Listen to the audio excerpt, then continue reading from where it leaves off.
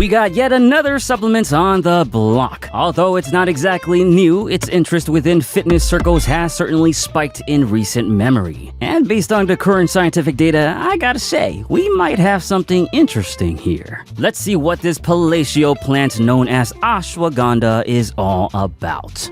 The name ashwagandha is of Sanskrit origin, meaning horse smell, referencing the beautiful scent of the plant's roots. And it's these roots of the ashwagandha plant that is believed to provide most of its health benefits, being historically used in places like India as a medicinal herb, and of course today processed into various supplement forms. Its purported health benefits include things like providing energy, improving mood, improving sleep, and even boosting your immune system. The science, however, is a bit iffy about this wide-reaching of health benefits ashwagandha supposedly offers. But there are indeed some supported benefits. According to the awesome research-loving folks at Examine.com, supplementing ashwagandha has shown to thoroughly and consistently reduce symptoms of anxiety and stress. It does so, theoretically, by impacting neural pathways that lead to a reduction of stress-related hormones like cortisol. And considering that stress and anxiety can influence virtually all facets of life, it's no surprise why some feel that the benefits of ashwagandha are indeed wide-reaching, even if it's not from a direct influence. So in terms of a general health supplements, ashwagandha, not too bad.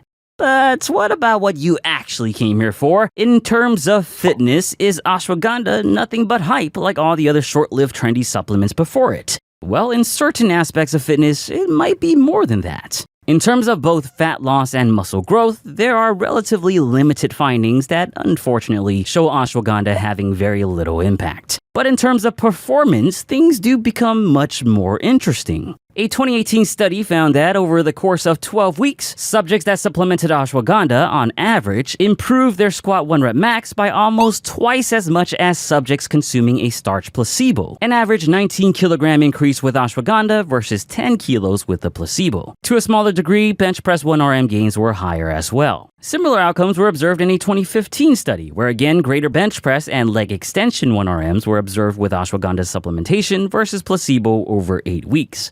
Also, for VO2 max, a measurement of one's cardio performance and fitness, ashwagandha supplementation thoroughly and consistently outperformed their placebo counterparts. So ashwagandha, no compelling effect on fat loss and muscle growth, but surprisingly reliable evidence for improving performance. Now, no doubt this sounds pretty good, but I wouldn't go cleaning out the shelves of your local drugstores just yet. Like with every promising supplement that came before it, having some promising data doesn't mean that there's yet sufficient data. Especially for strength outcomes, the current research focused mainly on subjects with novel training experience, which means it doesn't capture outcomes for key populations like intermediate lifters, and of course our lovely advanced brothers and sisters. Historically, the size of effect for individuals with more training experience are lower than those with less experience. It wouldn't surprise me if future data on ashwagandha showed a similar pattern. But even for the populations that are covered in the research, as consistent as outcomes may be, it is still limited to only a handful of studies. And just having a handful of studies, promising or not, isn't enough to position ashwagandha in similar vein to more established supplements like creatine, which even with extensive research, still has its fair share of ongoing debates about its efficacy. I think it's best at this moment to withhold judgment on ashwagandha until we get more data. But even acknowledging the importance of more data, I'm pretty sure some of you are still wondering, that sounds good and all, Picturefit, but should I take it anyway? In my humble opinion, the answer is maybe.